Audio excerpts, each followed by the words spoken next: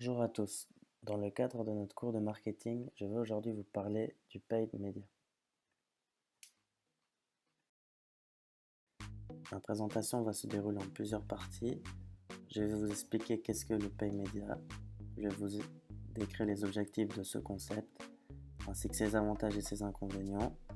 Je vais ensuite vous parler des différentes catégories de paid media en ligne, le paiement par clic, les bannières publicitaires et les posts sponsorisés. Je vais ensuite vous parler des différentes plateformes de Google AdWords ainsi que Facebook Advertising. Je vais vous présenter mes sources et finalement je vais répondre à vos questions. Le pay media, qu'est-ce que c'est?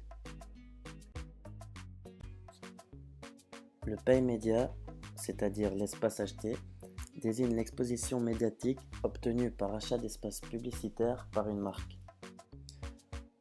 Pour être plus clair, il s'agit de toute action marketing payante.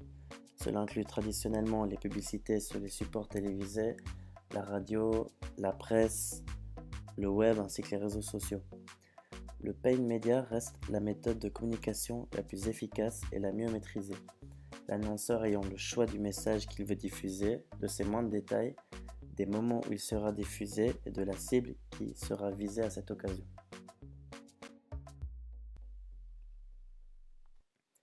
Le pay media fait partie du modèle POM que vous pouvez voir sur votre écran. Il se distingue de l'earned media qui est un espace propre à la marque et de l'earned media qui est obtenu par la notoriété de la marque. La part dans la communication du pay media baisse lentement au profit de l'earned media, notamment par l'application de techniques telles que le marketing viral ou le marketing participatif, plus difficiles à mettre en place et des techniques qui sont moins coûteuses. Les objectifs de ce concept vont être dans un premier temps d'atteindre un plus vaste public. En mettant justement de l'argent sur des moyens de promotion, ils vont se démarquer des autres entreprises, gagner plus rapidement en visibilité car c'est beaucoup plus simple. Au moment où ils mettent de l'argent, leur publicité va être promotionnée et adresser le message du choix de l'entreprise à une plus grande quantité de personnes, notamment en choisissant un public cible.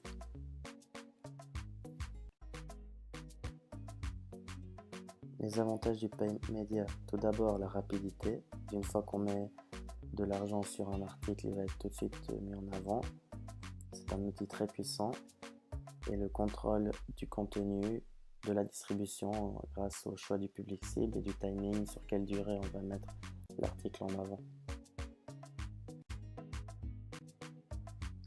Les inconvénients du pay media, alors il y a le désintérêt du client. Si on met en avant quelque chose d'intéressant pour le client, le pay media ne servira à rien. La méfiance, aujourd'hui, à cause d'Internet, on se méfie beaucoup de liens virus. Alors, on pourrait croire que les pubs qu'on va afficher, c'est des virus. Alors on ne va pas cliquer dessus. Les coûts, ça peut avoir des coûts très importants élevés pour une entreprise.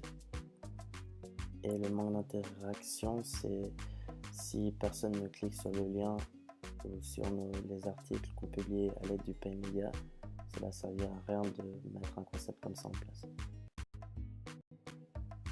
Je vais vous présenter maintenant les différentes catégories de pay media en ligne. Il existe donc le paiement par clic, les bannières publicitaires ainsi que les posts sponsorisés.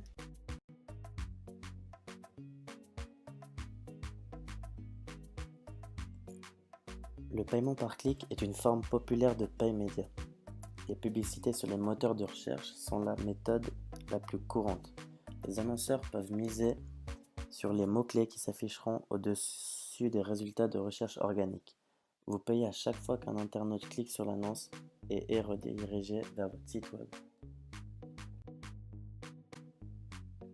Par exemple, on peut voir ici que j'ai ouvert une page Google sur internet et j'ai tapé simplement les deux mots-clés piscine été et j'ai vu apparaître sur la droite de la page plusieurs piscines qu'on me proposait pour acheter avec la petite indication d'annonce sponsorisée.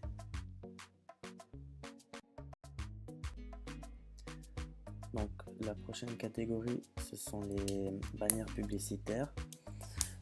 Bien qu'elles soient de moins en moins populaires et efficaces en partie à cause des adblockers, c'est des logiciels qui bloquent les publicités sur internet. Cette dernière comprend également le reciblage lorsque les consommateurs qui sont passés par le site web d'une entreprise, ils voient s'afficher ces publicités ailleurs sur le web. Donc pour exemple, ici je suis sur un site internet de Météo Genève. On peut retrouver sur ce site des publicités Zalando sur des articles que j'ai vus précédemment sur le site Zalando, donc elles reviennent sur ce site internet. Les posts sponsorisés sur les médias sociaux sont une branche relativement récente du pay media. L'entreprise va payer pour accroître le nombre de personnes ciblées par ces publicités. Comme exemple, ici on peut voir, je suis sur mon compte Facebook, j'ouvre mon fil d'actualité et je vois ici une publication de cadeau24.ch alors qu'on peut voir en rouge que je n'aime même pas cette page. Et du coup ça apparaît dans mon fil d'actualité, on peut voir qu'il y a l'indication sponsorisée, donc l'entreprise va mettre de l'argent pour cette publication et plus de portée. Je vais maintenant vous présenter différentes plateformes de paid media. Donc en voici deux très connus, Google AdWords et Facebook Advertising, mais on en trouve aussi dans les spots TV ainsi que les publicités dans la presse.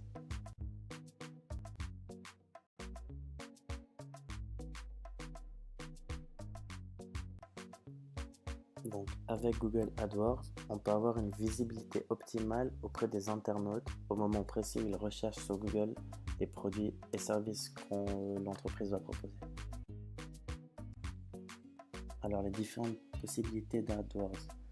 Alors on peut avoir l'annonce du réseau de recherche, donc la publicité va se trouver dans l'endroit idéal sur le site de recherche Google. Et l'annonce graphique, ça se trouve dans Gmail ou sur des sites internet. L'annonce vidéo, je pense qu'on a toujours été bloqué par une publicité alors qu'on regardait une vidéo sur YouTube, ainsi qu'une annonce pour la promotion de l'application.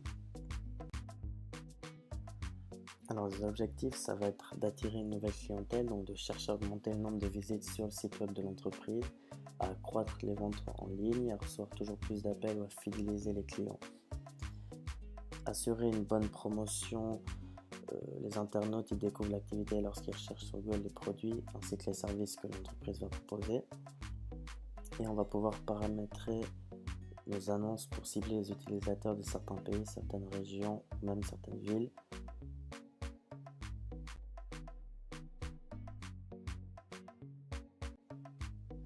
Le grand avantage de Google AdWords, c'est qu'il n'y a aucun frais s'il n'y a aucun clic ou aucune visite sur une de nos publicités et que tous les budgets sont acceptés, il n'y a pas de limite minimum.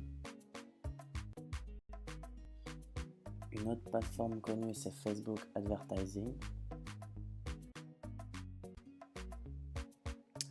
Facebook Advertising va publier donc, les promotions des entreprises sur Facebook avec ses 2 milliards d'utilisateurs mensuels, mais aussi sur Instagram qui compte 500 millions d'Instagrammeurs chaque jour actifs, ainsi que Messenger, Audience Network et Workplace.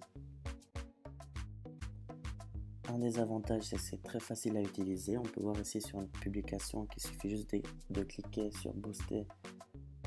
En l'occurrence ici c'est un événement pour pouvoir le mettre en promotion. Ensuite on va pouvoir créer une audience en choisissant les tranches d'âge, le lieu, les centres d'intérêt, et ainsi qu'on aura un petit indicateur de la taille de l'audience si notre audience est bonne ou pas. Au contraire de Google AdWords, on va quand même payer même s'il n'y a pas de clic. On va devoir choisir un budget, ça peut être 10 francs comme 1000 francs, et il y a une portée estimée qui est faite par Facebook. Après cela dépend aussi de la notoriété de base de l'entreprise sur Facebook. Voici donc mes sources.